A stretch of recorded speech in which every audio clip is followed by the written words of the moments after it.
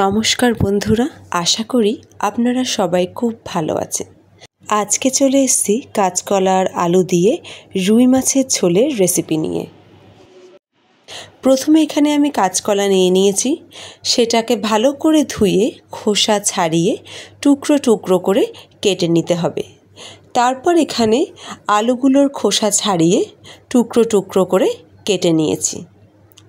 তার মধ্যে দিয়ে দেব স্বাদমতো নুন আর হলুদ দিয়ে ভালো করে মেখে নেব, যাতে কাঁচকলাগুলো কালো না হয়ে যায়।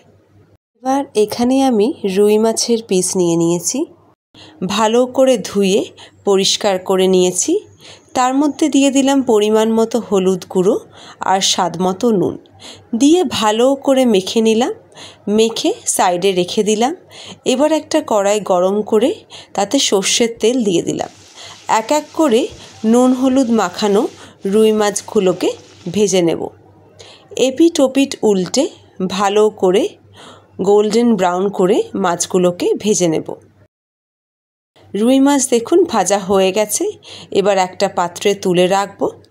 একইভাবে সমস্ত রুই মাছ আমি ভেজে নেব।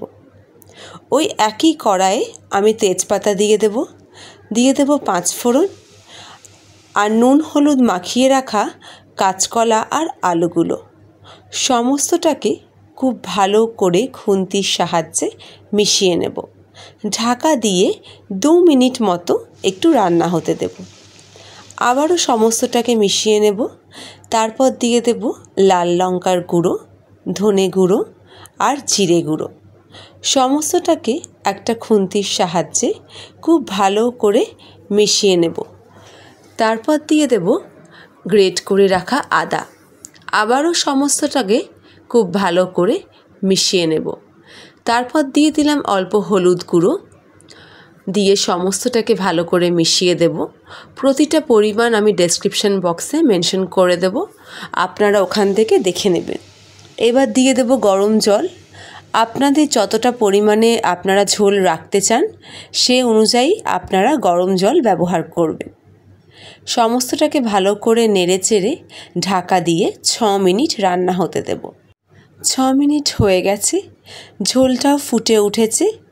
সমস্তটাকে ভালো করে নাড়িয়ে চাড়িয়ে আগে থেকে ভেজে রাখা রুই মাছগুলোকে এক এক করে দিয়ে দেব। দিয়ে আলতো হাতে খুন্তির সাহায্যে একটু নেড়ে চেড়ে মিশিয়ে দেব। এবার ঢাকা দিয়ে 10 মিনিট মতো সমস্তটা রান্না হতে দেব। 10 মিনিট হয়ে গেছে। উপর থেকে আমি কুচানো ধনেপাতা ছড়িয়ে দেব আর 2-3টে চেরা কাঁচা লঙ্কা দিয়ে দেব। এবার গ্যাসটা অফ করে দেব। আমার রুই মাছের ঝোল রেডি হয়ে গেছে। এটা আপনারা সার্ভ করবেন গরম গরম ভাতের সাথে। এই রেসিপিটা আপনারা বানিয়ে অবশ্যই আমাকে জানাবেন কেমন লাগলো। গরমের দিনে এই পাতলা ঝোলটা আশা করি আপনাদের খুব ভালো লাগবে। নেক্সট নতুন আর কি রেসিপি দেখতে চান সেটা আমাকে কমেন্টে অবশ্যই লিখে জানাবেন। ভিডিওটা ভালো লাগলে লাইক করবেন আর চ্যানেলটা ভালো লাগলে সাবস্ক্রাইব করবেন আর ভিডিওটাকে আপনাদের বন্ধুদের সঙ্গে শেয়ার করবেন।